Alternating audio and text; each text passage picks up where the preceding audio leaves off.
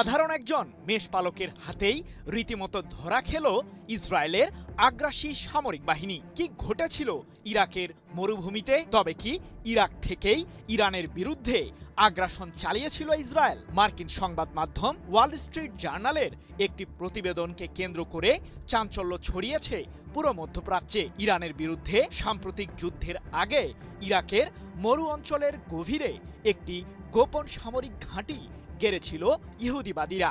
তবে শেষ রক্ষা হয়নি তাদের।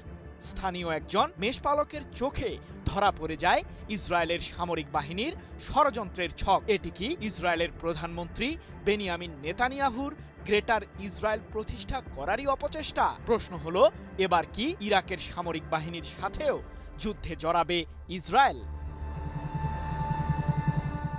ইরানের বিরুদ্ধে সাম্প্রতিক যুদ্ধে জড়ানোর বহু আগে থেকেই ষড়যন্ত্রের নীল নকশা আঁকছিল ইসরায়েল ও যুক্তরাষ্ট্র। কারণটা বেশ পরিষ্কার, ইরানের সামরিক শক্তিকে হালকাভাবে নেয়নি ইহুদিবাদীরা। তাই তো ইরাকের সরকারের অজান্তেই দেশটির মরুপ্রান্তরে একটি গোপন সামরিক ঘাঁটি তৈরি করেছিল ইসরায়েল। আর সেই ঘাঁটি থেকেই ইরানের বিরুদ্ধে বিভিন্ন ধরনের অপারেশন পরিচালনা করেছিল ইহুদিবাদীরা। তবে তেহরানের পাল্টা প্রতিক্রিয়ার মুখে নাজেহাল অবস্থায় পড়েছিল যুক্তরাষ্ট্র ও ইসরায়েলের সামরিক বাহিনী। কিন্তু ইরাকের সরকার আসলে এ বিষয়ে কি পদক্ষেপ নিয়েছে? গ্রেটার ইসরায়েল প্রতিষ্ঠা করতে নেতানিয়াহুর সামনে এখন প্রধান বাধা হয়ে দাঁড়িয়েছে ইরান। তাই তো দেশটির ক্ষমতাসীন সরকারকে উৎখাত করতে সাম্প্রতিক সময়ে বেশ কিছু ষড়যন্ত্রের ছক বাস্তবায়ন করেছিল ইহুদিবাদীরা। আর সেই ষড়যন্ত্রের অংশ হিসেবেই ইরাকের মরুভূমিতে তৈরি করা সামরিক ঘাঁটি থেকে ইরানের বিরুদ্ধে বিমান হামলাও চালায় ইসরায়েল।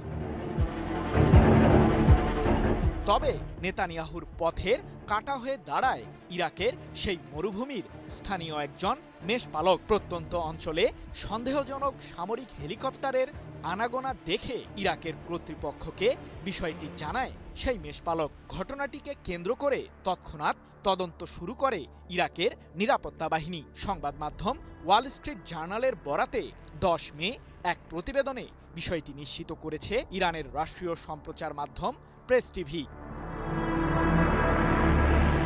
ইরাকের মরু অঞ্চলে থাকা সেই গোপন সামরিক ঘাঁটিটি মূলত ইসরায়েলি বিশেষ বাহিনীর জন্য অন্যতম একটি রসদ সরবরাহ কেন্দ্র হিসেবে কাজ করছিল। এমনকি ইরানের সাথে ইহুদিবাদীদের তুমুল যুদ্ধের মুহূর্তে দেশটির ইস্পাহান প্রদেশে ভূপাতিত হওয়া মার্কিন F-15 যুদ্ধবিমানকে উদ্ধারের জন্য যুক্তরাষ্ট্রকে প্রস্তাবও দেয় ইসরায়েল। তবে চুপ থাকেনি ইরাকের সামরিক বাহিনী।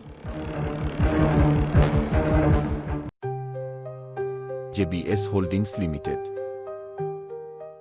একটি স্বাধীন ভূখণ্ডে ভিন্ন দেশের সামরিক বাহিনীর এমন আনাগোনার বিষয়টি টের পেয়েই কঠোর প্রতিক্রিয়ার প্রস্তুতি নিচ্ছিল ইরাক। তবে এরপরই ঘটে নাটকীয় এক ঘটনা। ইসরায়েলের সেই গোপন সামরিক ঘাঁটি উৎখাত করতে এগিয়ে যায় ইরাকের সেনারা। তাদেরকে লক্ষ্য করে হামলা চালায় ইহুদিবাদীদের অবৈধ সেই সামরিক আস্তানার সৈন্যরা। সেই ঘটনায় ইরাকের একজন সৈন্য নিহত হয়। এ প্রসঙ্গে সে সময় ইরাকের জয়েন্ট অপারেশনস কমান্ডের ডেপুটি কমান্ডার কাইস আল মুহাম্মাদাওয়ি বলেছিলেন, আমাদের স্বাধীন ভূখণ্ডে ইসরায়েলের এমন বেপরোয়া সামরিক কার্যকলাপের তীব্র নিন্দা জানাই। এছাড়াও ইরাকের সামরিক বাহিনীর বিরুদ্ধে ইসরায়েলের হামলা আন্তর্জাতিক সীমার চরম লঙ্ঘন।